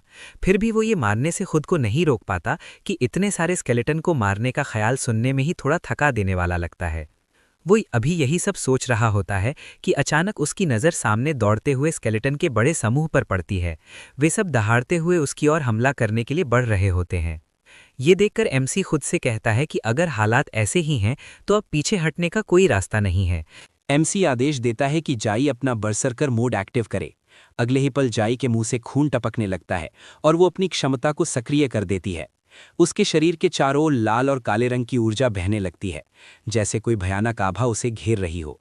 ये दृश्य देखकर यूरी मन ही मन सोचती है कि ये शायद वही बरसरकर स्किल है जो यूजर की हेल्थ को धीरे धीरे कम करती है, लेकिन लगातार उसकी स्पीड और पावर को बढ़ाती रहती है। वो ये भी सोचती है कि एक ज़ॉम्बी जिसके पास ब्लड सकिंग की क्षमता हो, उसके साथ बरसरकर को जोड़ना थोड़ा असामान्य और डरावना संयोजन है। अगले ही सीन में जाई पूरी तरह बरसरकर मोड में होती है। वो बिजली की रफ्तार से आगे बढ़ती है और हमला शुरू कर देती है। कुछ ही क्षणों बाद वहां सिर्फ टूटे हुए स्केलेटन की हड्डियों के टुकड़े बिखरे पड़े होते हैं। तभी जाई के सामने एक और शक्तिशाली स्केलेटन दिखाई देता है जो उसकी ओर दौड़ता हुआ आ रहा होता है। एमसी ये देखकर कहता है कि ये उसकी स्पिरिचुअल एबिलिटी को परखने का बिल्कुल सही मौका है। वो तुरंत अपनी क्षमता स्पिरिचुअल चेन का इस्तेमाल करता है। एक चमकदार ऊर्जा चेन प्रकट होती है, स्केलेटन को जकड़ लेती है और उसे जमीन पर गिरा देती है। एमसी जोर से जाई को हमला करने का आदेश देता है। जाई पूरी गति से आगे बढ़ती है। उसका रूप बेहद खतरनाक लगने लगता है। वो अपना पैर उठाती है। इसे देखकर स्केलेटन घबरा जाता है। अगले ही पल जाई एक जोरदार किक मारती है और स्केलेटन का सिर दूर जा गिरता है। उसी के साथ वो पूरी तरह नष्ट हो जाता है। ये सब देखकर यूरी दंग रह जाती है। वो सोचने लगती है कि बरसरकर मोड कितना भयानक है। उसे ऐसा लगने लगता है कि शायद उसका अर्थ ड्रैगन भी इस ताकत के सामने बराबरी नहीं कर पाएगा। उधर एमसी मुस्कुराते हुए कहता है कि ये वाकई एक शानदार सरप्राइज है। फिर वो जाई को लड़ाई जल्दी खत्म करने का निर्देश देता है। अगले एक क्षण कई और स्केलेटन दौड़ते हुए उसकी ओर बढ़ते हैं। जाई उन्हें एक डरावनी नज़र से देखती है और सीधे उन पर टूट पड़ती है। किसी को समझने का मौका तक नहीं मिलता। स्केलेटन की आंखों के सामने उसका पंजा चमकता है। वो एक के बाद एक उनकी गर्दनें तोड़ती जाती है। उनके शरीर जमीन पर ढेर होते चले जाते हैं। कुछ ही समय में जाई हर स्केलेटन को नष्ट कर चुकी होती है और शांत होकर एमसी के पास लौट आती है। ये दृश्य देखकर यूरी मन ही मन सोचती है कि उसकी स्पिरिचुअल पेट ने स्केलेटन सोल्जर की इतनी मजबूत खोपड़ी को एक ही वार में तोड़ दिया। उसने कभी नहीं सोचा था कि इतना साधारण समझा जाने वाला लड़का जो टॉप लेवल गार्डियन एकेडमी में जाने वाला है, उसका पहला सामना इतनी भयानक शक्ति से होगा। इसके बाद यूरी वहां से जाने का फैसला करती है, लेकिन खुद से कहती है कि वो इस तरह हार नहीं मान सकती। उधर एमसी कुछ सोचता है। वो जमीन पर पड़ी टूटी हुई खोपड़ियों में से एक को उठाता है और बुदबुदाता है कि इतने सारे स्केलेटन को खत्म करने के बाद भी उनमें से कुछ भी ढंग का ड्रॉप नहीं मिला। ये कहकर वो उस खोपड़ी को पीछे फेंक देता है। एमसी बुदबुदाते हुए कहता है कि हर छोटी छोटी चीज़ को उठाना कितना झंझट भरा काम है। वो सोचता है कि अगर उसके पास ऑटो पिकअप होता तो कितना अच्छा होता। वो अभी यही सोच ही रहा था कि अचानक उसके सामने एक नोटिफिकेशन दिखाई देता है। वो उसे पढ़ता है और समझता है कि ऑटो पिकअप अनलॉक किया जा सकता है, लेकिन इसके लिए उसे रैंक 2 लेवल 1 तक पहुंचना होगा। साथ ही रिवॉर्ड में उसे एक मिस्टीरियस आइटम भी मिलेगा। ये देखकर एमसी झुंझलाते हुए सोचता है कि सिस्टम आखिर उससे चाहता क्या है। वो खुद से कहता है कि वो फिलहाल रैंक 1 लेवल 3 पर है और रैंक 2 तक पहुंचना अभी उसके लिए बहुत दूर की बात है। इतना आगे जाने में उसे बहुत समय लगने वाला है। वो यही सब सोच रहा था कि तभी उसकी नज़र एक चमकती हुई चीज़ पर पड़ती है। वो उस जगह जाता है, बैठकर उसे ध्यान से देखता है और हैरान होकर समझ जाता है कि ये वही मटेरियल है जिसकी उसे फ्लॉले आउटस्टेज तक पहुंचने की ज़रूरत थी। वो उसे उठाकर अपनी जेब में रख लेता है और मन ही मन सोचता है कि ऐसी चीज़ें तभी मिलती हैं जब किस्मत साथ देती है। उसे याद आता है कि ज़ाय के इवोल्यूशन के लिए उसे 2 चीज़ों की ज़रूरत थी। पहली, ब्यूरियल माउंटेन की फ्लॉस बोन और दूसरी, 2nd ग्रेड का डार्कनेस क्रिस्टल। अब इनमें से एक तो मिल चुका था, बस दूसरी चीज़ ढूंढनी बाकी थी। इसके बाद एमसी आगे बढ़ने का फैसला करता है। वो ज़ाय से कहता है कि वे यहाँ से निकलें और अपनी खोज जारी रखें, क्योंकि अभी भी कई टारगेट उनका इंतजार कर रहे हैं। ज़ाय तुरंत जवाब देती है कि वो तैयार है। कुछ घंटों बाद का सीन दिखाया जाता है। ज़ाय के सामने और भी कई स्केलेटन पहले ही ढेर हो चुके होते हैं। वो तेज़ी से सांस ले रही होती है और उसकी लड़ाई में उसके कपड़े भी फट चुके होते हैं। तभी बाकी स्केलेटन जोर से चिल्लाते हुए उस पर टूट पड़ते हैं। अचानक ज़ाय के शरीर के चारों ओर कुछ बदलने लगता है। लाल और काली ऊर्जा फिर से उसके चारों ओर बहने लगती है। स्केलेटन ये देखकर समझ नहीं पाते कि उसके साथ क्या हो रहा है। ऐसा लगता है कि ज़ाय ने फिर से अपना बर्सिकर मोड सक्रिय कर लिया है। इसी वजह से उसके चारों ओर इतनी तीव्र ऊर्जा फैल रही है। अगले ही पल ज़ाय जोरदार छलांग लगाती है। वो अपने हाथों में भारी मात्रा में ऊर्जा इकट्ठा करती है और सीधे एक स्केलेटन की गर्दन पर वार करती है। धमाके के साथ धूल और धुएं का गुबार उठता है। जब धुआं छटता है तो स्केलेटन का सिर दूर जा गिरा होता है। एमसी वहां पहुंचता है और उसी टूटी हुई खोपड़ी पर अपना पैर रखता है। उसी समय उसके सामने एक और सिस्टम मैसेज दिखाई देता है। वो देखता है कि ज़ाय को मिलने वाली 50% एक्सपी मिल चुकी है और उसका आउटफिट भी अनलॉक हो चुका है। एमसी मन ही मन हिसाब लगाता है कि उस 50% के जुड़ने से ज़ाय की कुल एक्सपी अब 80% तक पहुंच चुकी है। वो हैरान होकर सोचता है कि इतनी तेज़ लेवलिंग स्पीड उसने पहले कभी नहीं देखी। इसके बाद वो ज़ाय का नया आउटफिट निकालता है और उसे पास बुलाता है। जब ज़ाय उसकी ओर देखती है तो एमसी उसे कपड़ा देते हुए कहता है कि इस आउटफिट की प्रॉपर्टीज़ बेहद शानदार हैं, इसलिए उसे तुरंत बदल लेना चाहिए। ज़ाय शांति से जवाब देती है कि वो ऐसा ही करेगी। एमसी ये देखकर सोचता है कि नए कपड़ों को लेकर उसके चेहरे पर ज़रा भी उत्साह नहीं है। फिर भी वो देखता है कि ज़ाय अपने पुराने कपड़े उतारकर नया पहनना शुरू कर देती है। ये दृश्य देखकर एमसी घबरा जाता है। उसकी नाक से खून तक निकलने लगता है और वो खुद से सवाल करता है कि वो वहाँ खड़े होकर ये सब कैसे देख पा रहा है। कुछ ही देर में ज़ाय पूरी तरह कपड़े बदल चुकी होती है। जब एमसी उसके नए आउटफिट को देखता है तो उसे लगता है कि ये पहले वाले से बहुत ज़्यादा अलग नहीं दिखता, लेकिन उसकी ताकत और विशेषताएं पहले से कहीं बेहतर हो चुकी हैं। ने वही पुराना डिज़ाइन रखा था, बस उसमें हल्का सा बदलाव किया था। उसके बाद उसने एमसी से कहा कि वो इसे ट्राई करके देखे। सामने बड़ी संख्या में स्केलेटन खड़े थे। ज़ायू बिना हिचक दौड़ पड़ी और एक ही वार में सबको खत्म कर दिया। लड़ाई के बाद उसने विनम्रता से कहा, यस मास्टर। एमसी ये सब देखकर मन ही मन सोच रहा था कि ये ड्रेस सेल्फ रिपेयर फंक्शन से लैस है, इसलिए ज़ायू इसे ज़्यादा देर तक पहन पाएगी। आगे वो देखता है कि ज़ायू हर स्केलेटन को बेरहमी से कुचल रही है। तभी अचानक आसमान से एक तेज़ रोशनी उतरती है और सीधे ज़ायू पर गिरती है। उसी पल उसका लेवल बढ़ने लगता है। एमसी हैरान होकर सोचता है कि उसे यकीन नहीं हो रहा कि एक ही दिन में ज़ायू के 2 लेवल बढ़ गए हैं और वो सीधे रैंक 1 लेवल 4 पर पहुंच गई है। उसी समय उसे एक कॉन्ग्रेचुलेशंस का सिस्टम मैसेज मिलता है, जिसमें लिखा होता है कि होस्ट का स्पिरिट पेट ज़ायू सफलतापूर्वक रैंक 1 लेवल 4 तक पहुंच चुका है और इसके बदले उसे एक फ्री पॉइंट भी मिला है। एमसी अंगड़ाई लेते हुए खुद से कहता है कि वे काफ़ी देर कर चुके हैं। उसे याद आता है कि रात में मॉन्स्टर्स और भी ज़्यादा खतरनाक हो जाते हैं, इसीलिए उन्हें वापस लौटना चाहिए। वो ज़ायू से घर चलने को कहता है और ज़ायू आज्ञाकारी ढंग से उसके पीछे पीछे चल पड़ती है। इसके बाद सीन रात के समय शहर में शिफ्ट होता है। एमसी अपने घर पर लेटा हुआ अपने और ज़ायू के स्टेटस को चेक कर रहा होता है। वो सोचता है कि एक ही दिन में उसकी और ज़ायू की ज़िंदगी में कितना कुछ बदल चुका है। उसे याद आता है कि एकेडमी का सिलेक्शन एग्ज़ाम अब कुछ ही दिनों में होने वाला है, इसीलिए उसे ज़्यादा हंटिंग करके खुद को जल्दी लेवल अप करना होगा। यही सोचते हुए वो सोने चला जाता है और तय करता है कि अगले दिन वो टीचर को कॉल करके छुट्टी मांगेगा। इसके बाद सीन यूरी के घर पर शिफ्ट होता है। यूरी देर रात तक अपनी स्पिरिचुअल चेन की प्रैक्टिस कर रही होती है। लगातार अभ्यास करने के कारण वो बहुत थक चुकी होती है, लेकिन फिर भी खुद से कहती है कि वो हार नहीं मानना चाहती। तभी उसके पिता कमरे में आते हैं और उसका नाम लेकर उसे पुकारते हैं। यूरी उन्हें देखकर पापा कहती है। उसके पिता उसे बताते हैं कि बहुत देर हो चुकी है और वो अब तक क्यों जाग रही है। यूरी उत्साह और घबराहट में उन्हें बताती है कि उसने सच में एक इवॉल्व्ड ज़ॉम्बी देखा है। उसके पिता ये सुनकर कहते हैं कि शायद उससे कोई गलती हुई होगी, क्योंकि ज़ॉम्बी आमतौर पर इवॉल्व नहीं होते। वो उसके सिर पर हाथ रखते हुए समझाते हैं कि एकेडमी का सिलेक्शन बहुत महत्वपूर्ण है, लेकिन उसे खुद पर इतना दबाव नहीं डालना चाहिए और बस अपना बेस्ट देना चाहिए। यूरी ये बात मानते हुए कहती है कि उसे समझ में आ गया है। उसके पिता उसे सोने जाने के लिए कहते हैं। 3 दिन बाद का सीन दिखाया जाता है।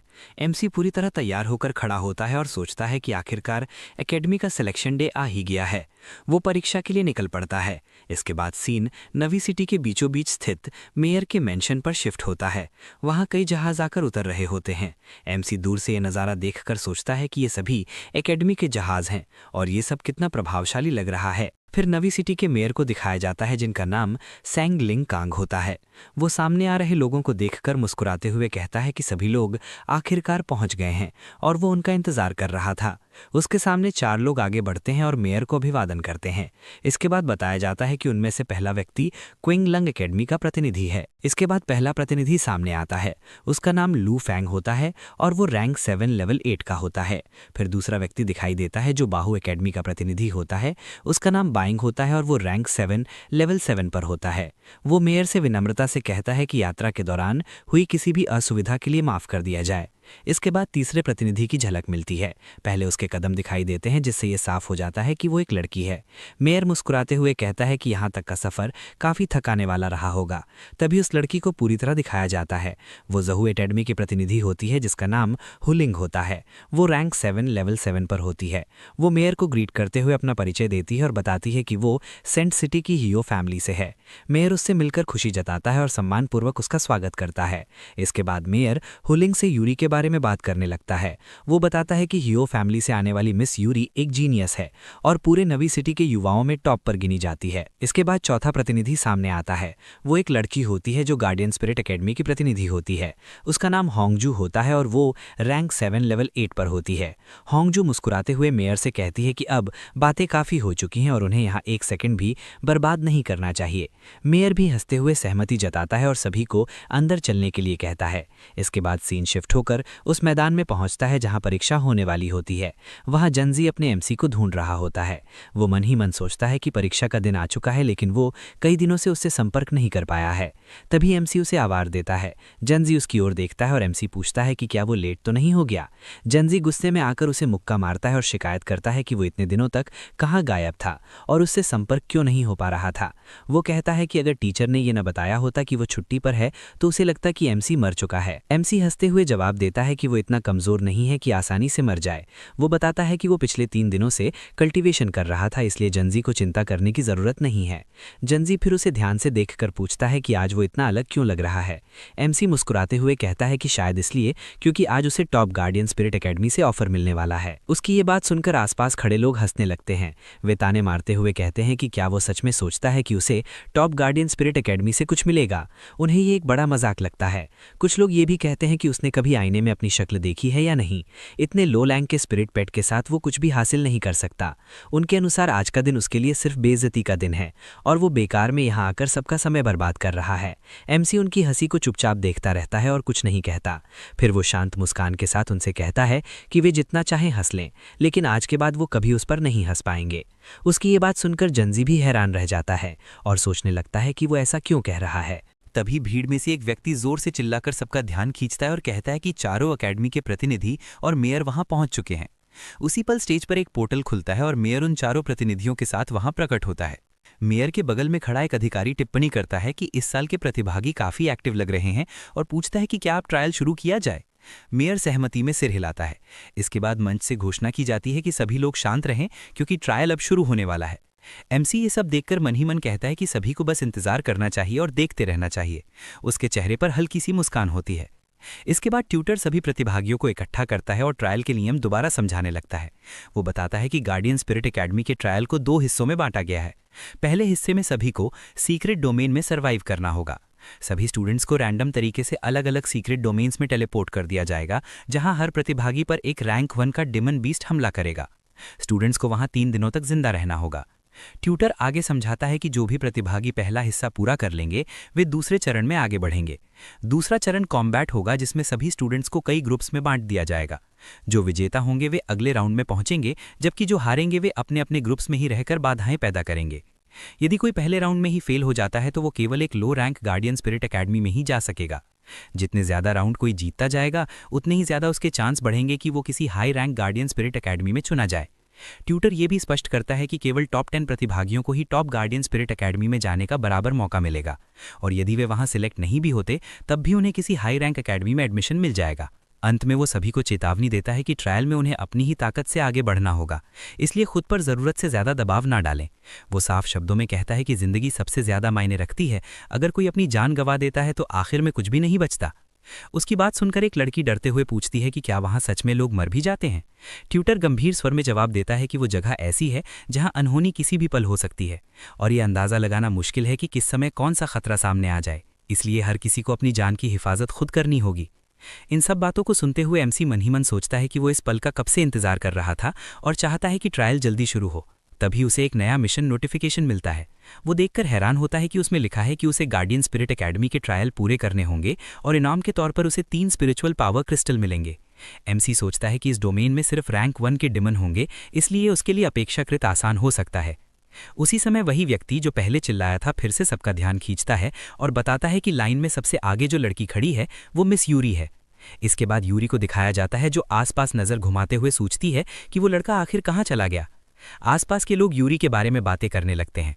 कुछ कहते हैं कि उन्होंने सुना है कि यूरी इस एग्जाम की एक सीडेड प्लेयर है और कई बड़ी एकेडमियां केवल उसे देखने ही आई हैं।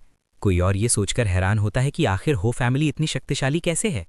इसके बाद एमसी को बेहद जोश में दिखाया जाता है। वो मन ही मन सोचता है कि आज सबको पता चल जाएगा कि असली सबसे टैलेंटेड जीनियस कौन है। फिर सीन स्टेज पर शिफ्ट होता है, जहां मेयर गेट खोलने की तैयारी कर रहा होता है और सभी को शांत रहने के लिए कहता है। कुछ ही पलों बाद स्टेज के नीचे विशाल गेट खुलता है। भीड़ में हलचल मच जाती है और लोग आपस में बात करने लगते हैं कि आखिरकार डोमेन का गेट खुल चुका है। वही अधिकारी जो शुरुआत में मेयर से बात कर रहा था, अब गेट के पास खड़ा होकर सभी को निर्देश देता है कि वे जितनी जल्दी हो सके अंदर जाएं और अपने लिए सबसे बेहतर पोजीशन ढूंढें। सबसे पहले यूरी गेट के भीतर प्रवेश करती है। उसे देखकर हुलिंग संतोष के साथ कहती है कि हो फैमिली की यंग लेडी वाकई में असाधारण है। इसके बाद बाइंग लू फैंग से टिप्पणी करता है कि उसे महसूस हो रहा है कि जो आखिरी कैंडिडेट अंदर जा रहा है वो काफ़ी दिलचस्प होगा। कैमरा दिखाता है कि वो आखिरी कैंडिडेट खुद एमसी है, जो आराम से बिना किसी जल्दबाजी के आगे बढ़ रहा होता है। उसे किसी तरह की हड़बड़ी नहीं होती, क्योंकि उसे पूरा भरोसा होता है कि ये ट्रायल उसके लिए आसान साबित होने वाला है। लू फैंग बाइंग से कहता है कि उस लड़के की नज़रें वाकई तेज़ हैं, लेकिन उसे एडमिशन मिलेगा या नहीं ये उसकी परफॉर्मेंस पर ही निर्भर करेगा। बाइंग सहमति जताते हुए कहता है कि उन्हें बस उसे ऑब्जर्व करते रहना चाहिए, सच बहुत जल्द सामने आ जाएगा। इसके बाद एमसी को धीरे धीरे गेट के भीतर जाते हुए दिखाया जाता है। वो मन में सोचता है कि वो जानबूझकर दूसरों को पहले अंदर जाने दे रहा है, क्योंकि ये सीक्रेट रियल्म उसके लिए ही बना है और यही सबसे बेहतरीन जगह है जहां वो अपने लिए ज़रूरी मटेरियल्स ग्राइंड कर सकता है। ऐसा सोचते हुए वो भी गेट के अंदर प्रवेश कर जाता है। इसके बाद सीक्रेट रियल्म का दृश्य सामने आता है, जहां अलग अलग तरह के बायोम्स मौजूद होते हैं। रेगिस्तान, आइसबर्ग, मैदान, जंगल और कई अन्य इलाके। प्रतिभागियों को रैंडम जगहों पर टेलीपोर्ट कर दिया जाता है। कोई जंगल में पहुंच जाता है, कोई नदी के बीच, कोई रेगिस्तान में, और इसी तरह एमसी भी एक अलग जगह पर पहुंच जाता है। एमसी चारों ओर देखकर समझ जाता है कि वो एक पहाड़ की चोटी पर टेलीपोर्ट हुआ है। वो सोचता है कि अब उसे हैरानी नहीं हो रही कि यहाँ इतनी ज़्यादा ठंड क्यों है। वो ये भी मानता है कि ये जगह काफ़ी सुरक्षित लगती है। इसके बाद वो तय करता है कि सबसे पहले जायु को समन किया जाए। वो जायु को बुलाता है और जायु उसके पास प्रकट हो जाती है। एमसी जायु से कहता है कि उन्हें पहले इस पहाड़ से नीचे उतरना होगा। इसके बाद सीन शिफ्ट होकर एक जंगल में पहुंचता है, जहां दोनों आगे बढ़ रहे होते हैं। चलते हुए एमसी मन ही मन शिकायत करता है कि वे काफ़ी देर से चल रहे हैं, लेकिन अब तक उसे एक भी कैंडिडेट नहीं दिखा और ना ही किसी मॉन्स्टर से सामना हुआ। उसे ये सब अजीब लगने लगता है। वो अभी ये सोच ही रहा होता है कि अचानक ऊपर से कोई तेज़ी से उड़ते हुए गुजरता है और ज़ोर से चीख निकालता है। एमसी घबराकर अपने कान पकड़ लेता है और दर्द में बड़बड़ाता है। तभी दिखाया जाता है कि उनके ऊपर कौवे जैसा कोई विशाल पक्षी चक्कर लगा रहा है और बेहद तेज़ आवाज़ में चिल्ला रहा है। उस शोर के कारण एमसी कुछ भी सुन नहीं पा रहा होता और अपने कान बंद करके खड़ा रहता है। इसके बाद एमसी उस अजीब पक्षी की ओर देखता है और मन ही मन सोचता है कि आखिर ये क्या चीज़ है। एमसी तुरंत उस प्राणी को पहचान लेता है। वो मन ही मन समझता है कि ये एक स्टील विंग बर्ड है। उसे पता होता है कि आमतौर पर adult steel wing bird 4 rank के मॉन्स्टर होते हैं, लेकिन पंखों की लंबाई देखकर वो अंदाज़ा लगाता है कि ये अभी एक बच्चा है। इसके बाद वो जोर से जायू को आदेश देता है कि उसे सिखाया जाए कि एक पक्षी को असल में कैसे व्यवहार करना चाहिए। जायू आज्ञा में यस मास्टर कहती है, नीचे झुकती है और जोरदार छलांग लगाकर सीधे उस पक्षी पर टूट पड़ती है। उसके हमले से पक्षी के पंख बिखर जाते हैं और उसके मुंह से खून निकलने लगता है। चोट खाकर वो पक्षी घबराकर वहां से भाग जाता है। एमसी हंसते हुए उसका पीछा करता हुआ उसे चेतावनी देता है कि वो भले ही तेज उड़ ले, लेकिन अगली बार इतना भाग्यशाली नहीं होगा। वो अफसोस जताता है कि काश जायू उड़ सकती तो वो पक्षी बचकर नहीं जा पाता। मजाकिया अंदाज में वो ये भी सोचता है कि उड़ने वाले मॉन्स्टर्स के पंख कितने काम के होते हैं और अगली बार वो जरूर एक को पकड़ने की कोशिश करेगा। इसके बाद सीन शिफ्ट होकर एक गुफा के अंदर पहुंचता है, जहां एमसी और जायू शरण लिए होते हैं। एमसी जायू से कहता है कि उन्हें 3 दिनों तक सरवाइव करना है और खुले में रहने से ज्यादा सुरक्षित गुफाओं में रहना होगा। वो तय करता है कि इन 3 दिनों के लिए उन्हें इसी केव के भीतर ठहरना पड़ेगा। वो अभी ये कह ही रहा होता है कि वही स्टील विंग बर्ड फिर से लौट आता है और बाहर बैठकर जोर जोर से चिल्लाने लगता है। शोर से परेशान होकर एमसी फिर से अपने कान ढक लेता है और झुंझलाकर सोचता है कि ये पक्षी उनका पीछा नहीं छोड़ रहा है। वो समझ जाता है कि अगर उन्होंने जल्द ही इससे निपटा नहीं तो ना उसे चैन मिलेगा और न ही रात को सुकून से सो पाएगा। एमसी बाहर झांककर पक्षी को देखता है और मन ही मन समझता है कि ये पूरा समय उनका पीछा कर रहा था, लेकिन जायू की मौजूदगी के कारण उस पर सीधे हमला करने की हिम्मत नहीं जुटा पाया। उसे ये भी एहसास होता है कि इस पक्षी का असली निशाना वही खुद है। इसके बाद एमसी गुफा से बाहर निकलने लगता है और जायू को आदेश देता है कि वो फिलहाल अंदर छिपी रहे। वो तय करता है कि उसे इस पक्षी को फंसाने के लिए एक योजना बनानी होगी। बाहर आकर वो जानबूझकर अपना सीना तानता है और चुनौती भरे अंदाज में उसे उकसाता है कि वो सीधे उस पर हमला करे। पक्षी तेज आवाज में चीखता है। एमसी उसकी ओर देखकर हंसता है और मन ही मन सोचता है कि ये प्राणी जरूरत से ज्यादा ही आक्रामक है। फिर वो जानबूझकर थोड़ा पीछे हटता है, ये मानते हुए कि इतनी आसानी से पक्षी उस पर वार नहीं करेगा। वो भागते हुए झाड़ियों के पास पहुंच जाता है और सोचता है कि झाड़ियां मॉन्स्टर्स के लिए खतरनाक इलाका होती हैं, इसलिए शायद अब पक्षी भी हरकत करेगा। तभी वो स्टील विंग बर्ड चिल्लाता हुआ उसके पीछे आता है और अपने पंखों को जोर से एमसी की ओर फेंक देता है। एमसी देखता है कि वे पंख किसी न्यूक्लियर ब्लेड की तरह तेज और घातक हैं। वो फिर भी हंसते हुए मन ही मन कहता है कि स्टील विंग बर्ड्स सिर्फ ताकतवर ही नहीं होते, बल्कि उनमें अपनी तरह की बुद्धि भी होती है। वो समझता है कि ये पक्षी किसी पर हमला करने से पहले अपने मौकों और हालात का आकलन करते हैं। एमसी मन ही मन सोचता है कि वो पहले ही इसके लिए तैयार था, इसलिए अब वो इस हमले को टेस्ट करना चाहता है। वो तुरंत अपनी स्पिरिचुअल शील्ड एक्टिव करता है। स्टील विंग बर्ड के तेज पंख शील्ड से टकराते हैं और वहीं रुक जाते हैं। एमसी बच तो जाता है, लेकिन ये देखकर थोड़ा चौंक भी जाता है कि उसके शील्ड पर पंखों के वार से गहरी दरारें बन गई हैं। वो समझ जाता है कि इस पक्षी के पंख वाकई बेहद कठोर हैं। इसके बाद वो देखता है कि पक्षी अपनी चोंच आगे बढ़ाकर सीधे उस पर झपटने आ रहा है। एमसी मन ही मन सोचता है कि कहा जाता है कि स्टील विंग बर्ड की चोंच उसके पंखों से भी ज्यादा ताकतवर होती है और उसका लेवल 1 स्पिरिचुअल शील्ड इसे रोक नहीं पाएगा। इसलिए वो तुरंत शील्ड हटाता है और अपनी स्पिरिचुअल चेन बाहर निकालकर उस पर काबू पाने की कोशिश करता है। अगले ही पल वो पक्षी को जकड़ लेता है। स्टील विंग बर्ड पूरी तरह उसकी स्पिरिचुअल चेन में फंस जाता है। तभी एमसी जायू को आदेश देता है कि अब वो इसका काम तमाम करे। जायू फुर्ती से छलांग लगाती है और कहती है कि वो समझ गई है। वो अपने पंजे तैयार करती है, लेकिन पक्षी खतरा भांप लेता है और जोर से चीखते हुए अपना ब्लेड जैसा हमला जायू की ओर कर देता है। कुछ ही पलों बाद दृश्य साफ हो जाता है। जायू सुरक्षित नीचे उतर चुकी होती है, जबकि पक्षी का गला कटकर जमीन पर गिर चुका होता है। एमसी ये देखकर संतोष से मुस्कुराता है और कहता है कि अब वो पक्षी बिल्कुल भी हिल नहीं सकता। फिर वो तय करता है कि अब देखना चाहिए कि उसके पास किस तरह के कीमती मटीरियल्स हैं। वो पक्षी के शरीर को जांचता है और हैरान रह जाता है। उसे पता चलता है कि ये सच में हाई लेवल इलेशन मटीरियल्स देता है, जो बाजार में बेहद महंगे बिकते हैं। हालांकि वो ये भी सोचता है कि फिलहाल उसे इन सब की ज़रूरत नहीं है। फिर भी वो उसके पंख, पैर और चोंच इकट्ठा कर लेता है और मन में तय करता है कि उसे जितनी जल्दी हो सके दूसरे स्टेज तक लेवल अप करना होगा।